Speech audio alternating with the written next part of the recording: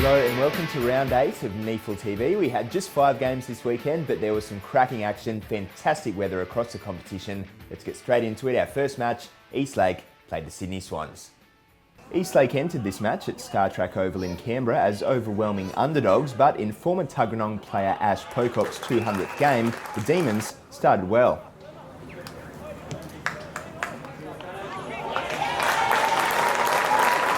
But a star-studded Sydney lineup worked its way back into the contest, with only inaccuracy preventing the Swans from taking a bigger lead.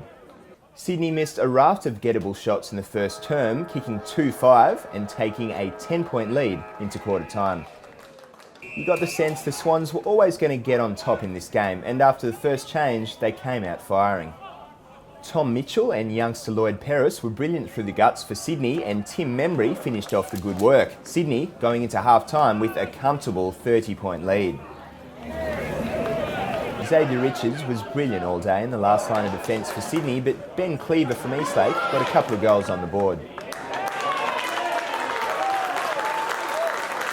The Swans had 12 individual goal kickers, including household names Lewis Roberts-Thompson and Ryan O'Keefe, and Sydney took a commanding 50-point break into three-quarter time. If Sydney were good in the first 3 quarters, they were absolutely irrepressible in the final term. Wait for this, the Swans piled on 13 unanswered goals in the final quarter, turning a 50-point three-quarter time lead into a whopping 131-point win. Sydney running out commanding 23-18, 156 to 3-7-25 victors. Now to Allan Ray Oval in Canberra, where the Ainsley Tricolours hosted the Queanbeyan Tigers. This game was the 150th for Queanbeyan stalwart Matt Little, but despite the occasion, his side started very slowly against a red-hot Ainsley outfit. All right, on cue. After kicking a big bag last week, wily forward Nick Payne looks to be hitting something like his best form, and he was well and truly up and about early in this game. Payne, the sharpshooter, don't move goal umpire because he's got his third. Complete dominance through the midfields combined with some silky finishing in front of the big sticks saw Ainsley scoot out to a 6-goal lead at quarter time.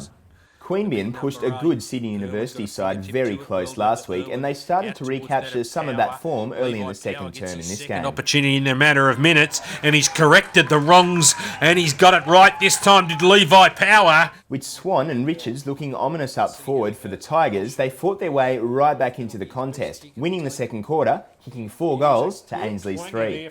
But just as Queanbeyan looked like they'd get right back into the contest in Little's milestone match, they faded after the main break. Ainsley took full control.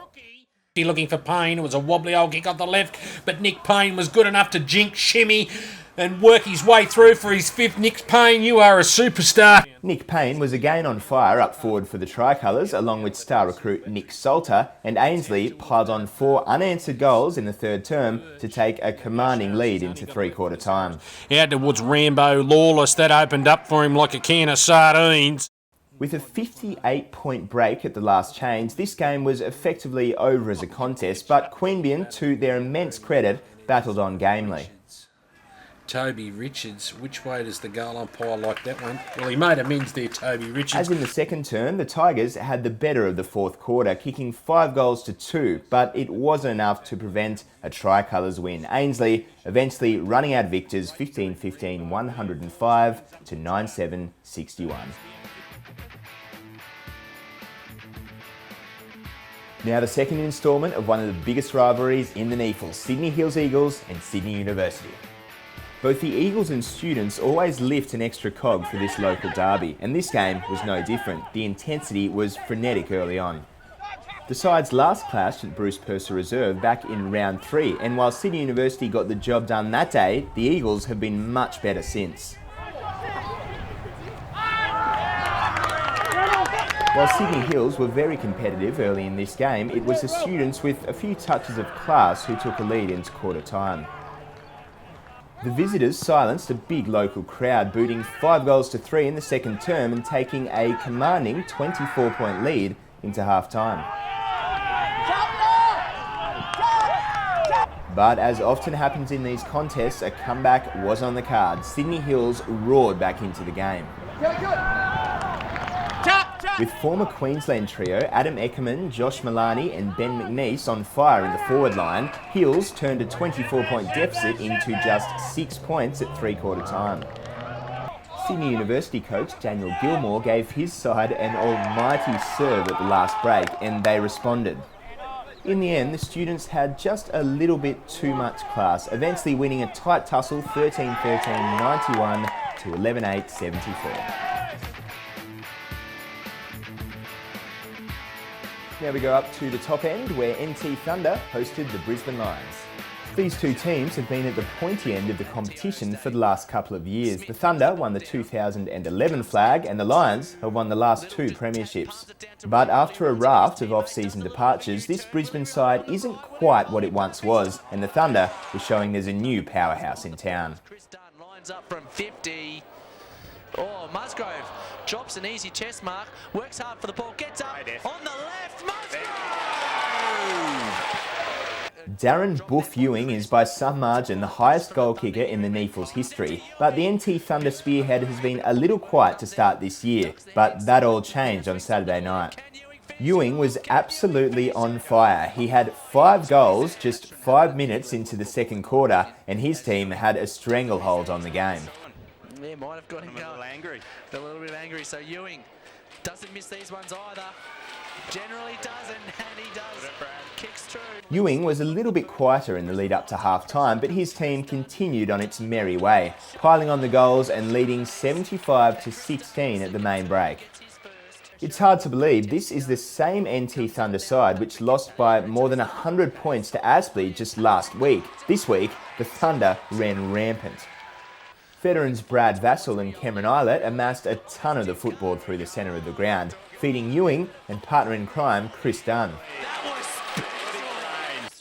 The Mercurial Riolis, Shannon and Willie, chipped in with a couple of goals of their own, and with former Gold Coast son Liam Patrick playing a cracker of a game, NT Thunder were never likely to be headed.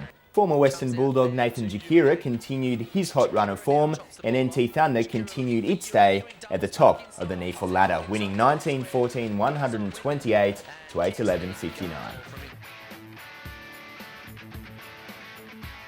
Now to Sunday's only game at Kishizi Park, where Redland hosted the Gold Coast Suns. Gold Coast entered this match still searching for its first win of the year, while the Bombers have lost just one game, but it was the Suns who started the better, led by Gold Coast Academy product Robert Blood. Blood had 2 shots on goal within the first 3 minutes, but while he wasn't able to convert any of them at the 10-minute mark, he kicked the first major of the game. Now takes it for Gold Coast. Bit of an up and under kick, didn't get all of it. Good find! And there it is, that's Robert Blood, and he plays on as well. Has a bounce. Have a go from 50, he does. Oh, mark of the day, goal of the day in one. Robert Blood, thanks very much. Henry Shade followed up 5 minutes later with another goal for the Suns, and they skipped out to an unlikely 9-point lead. But as well as Gold Coast started, the tide began to turn the way of the Bombers, with Blake Brewer and Phil Cass hitting the scoreboard. Darren Pfeiffer's been one of the find of the years for the Bombers, making the initial 42-man NEAFL representative squad, and he kicked a goal late in this first term. But big-bodied Gold Coast youngster Jack Hutchins responded just 2 minutes later, and his side trailed by just 1 point after a very entertaining first term. There was absolutely nothing in this contest at the start of the second quarter, as Hutchins kicked to behind to draw scores level. But Redland have goal-kicking options all over the park, exemplified as Phil Cass kicked his second goal from the midfield, and spearhead Cleve Hughes got his first. From here, the sides went goal for a time, with former rugby league star Carmichael Hunt getting on the scoreboard before Redland responded. Hughes kicked another 2 goals in quick succession to take his tally to the quarter for 3, but Robert Blood kicked his second for the Suns, and Gold Coast was still very much in touch. Nice looking right foot kick. Goal umpire does a little bit of work, but not much at all. Thanks for coming, Robert Blood. After a spate of behinds, former Mount Gravatt defender Luke Scott stopped the rot in the shadows of half-time, propelling his side to a 56-41 lead at the main break. After going goalless in the first term, former Southport spearhead Cleve Hughes showed why he was the first pick to the NEAFL representative side, kicking 3 goals in the second quarter, 3 goals in the third quarter, and an amazing 5 majors in the final term. This will make it a perfect 10. He comes in, chips it over the goal umpire's hat, and there's double figures for Cleve Hughes. Hughes finished with 11 goals, the biggest haul of the NEAFL competition thus far. Phil Karsk was brilliant with 39 disposals and 3 goals for Redland, and the Bombers ran out 99-point victors. Now here's round 8's mark and goal of the week. Now takes it for Gold Coast. Bit of an up and under kick, didn't get all of it. Good find! And there it is.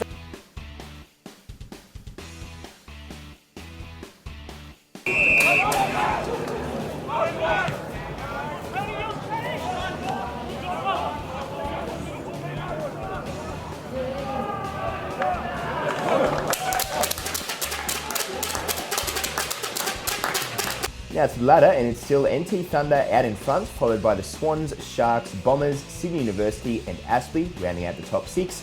The bottom half of the ladder sees the Giants, Ainsley, Brisbane Lions, Sydney Hills Eagles, Queanbeyan, Belconnen, Eastlake and the Gold Coast Suns. Round 9 is representative weekend, and it's the best of the NEAFL taking on the best of the Waffle on Saturday out at Blacktown. That game starts at 12 o'clock. There's one regular fixture. Gold Coast Suns play UWS Giants on Sunday morning. That's all we've got time for round 8 of NEAFLTV. Don't forget, check the website during the week. There'll be a lot of coverage of this cracking representative game coming up this weekend. I'm Sam Queanbeyan. See you next time.